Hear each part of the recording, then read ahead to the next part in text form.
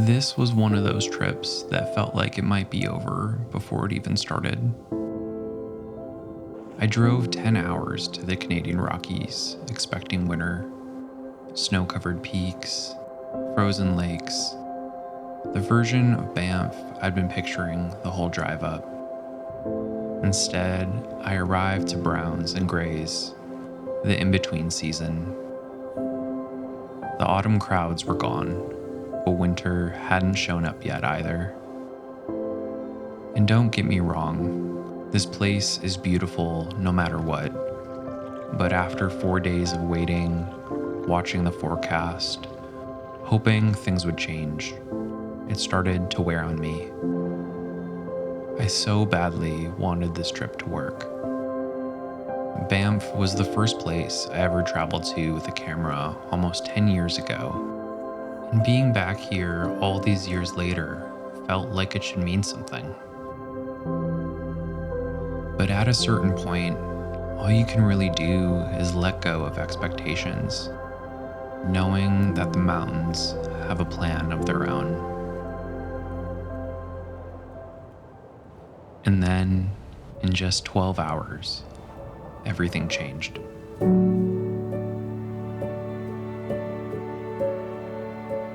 I arrived at Lake Louise to a winter wonderland.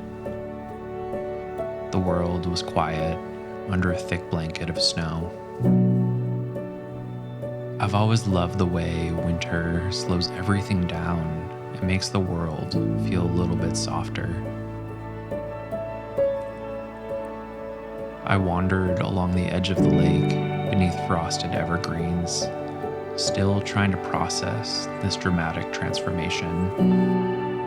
It was hard to believe how close I'd come to giving up on this trip altogether.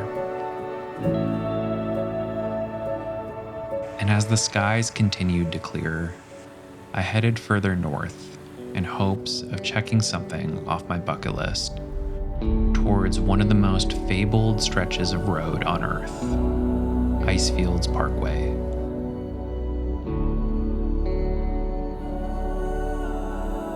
Icefields Parkway winds its way through the heart of the Canadian Rockies, connecting the towns of Banff and Jasper. When I first traveled to Banff back in 2016, Peyto Lake was one of the places I dreamed about most. I remember standing here imagining how beautiful that iconic view must be after a fresh snowfall. It felt like an impossible shot. And to be here now, after it seemed like all hope for this trip was lost. Truly a bucket list moment.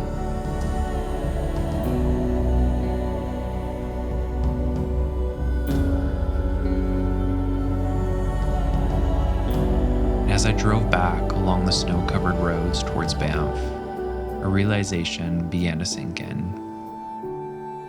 There's no way I could have planned a day like today. Some moments just show up when they're ready, not when you are.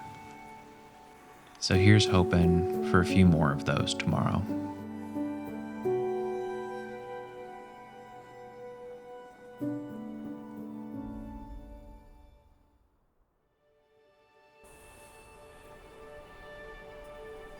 The next morning started at Two Jack Lake, just outside of Banff. It was the coldest morning of the trip thus far, only about 8 degrees. But honestly, I'm here for it. After the magic of yesterday, everything from here on out is just a cherry on top for me. Not long after, I found myself in the meadows beneath Mount Rundle. And out of nowhere, a herd of elk moved through the frost-covered grass. Encounters like this aren't unusual in these parts, but when the light is right and everything just seems to line up, it's hard not to believe there's a little bit of magic in this world.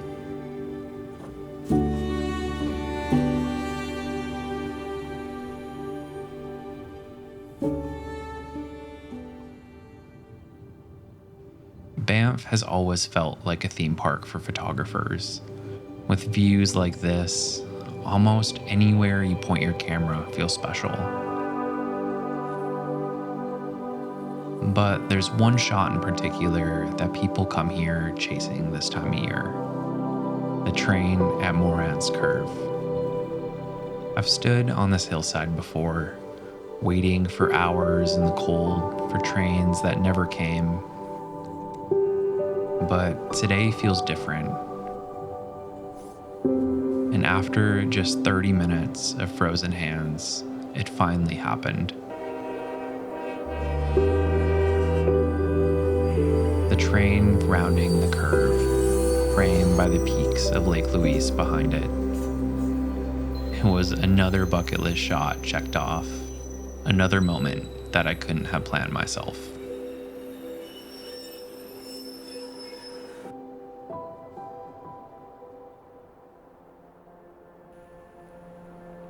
My final morning here in the Rockies started with another sunrise over Mount Rundle, this time from the frozen shores of Vermilion Lakes.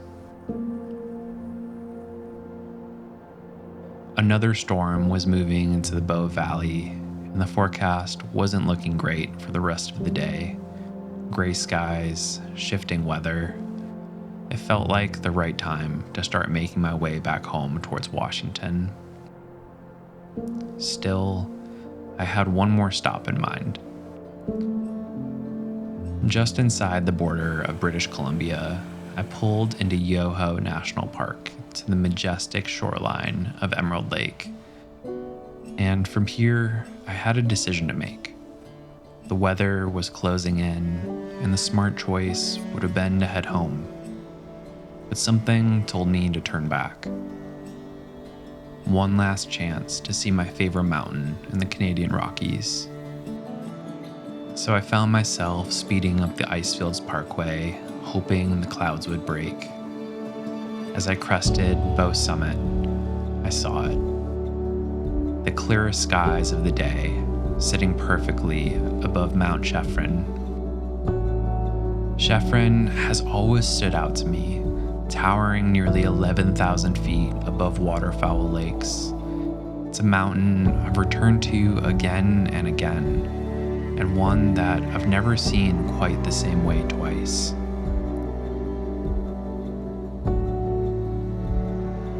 From there, I pushed as far north as I'd go on this trip, to the Saskatchewan River crossing, before turning back one final time towards Bow Lake for sunset.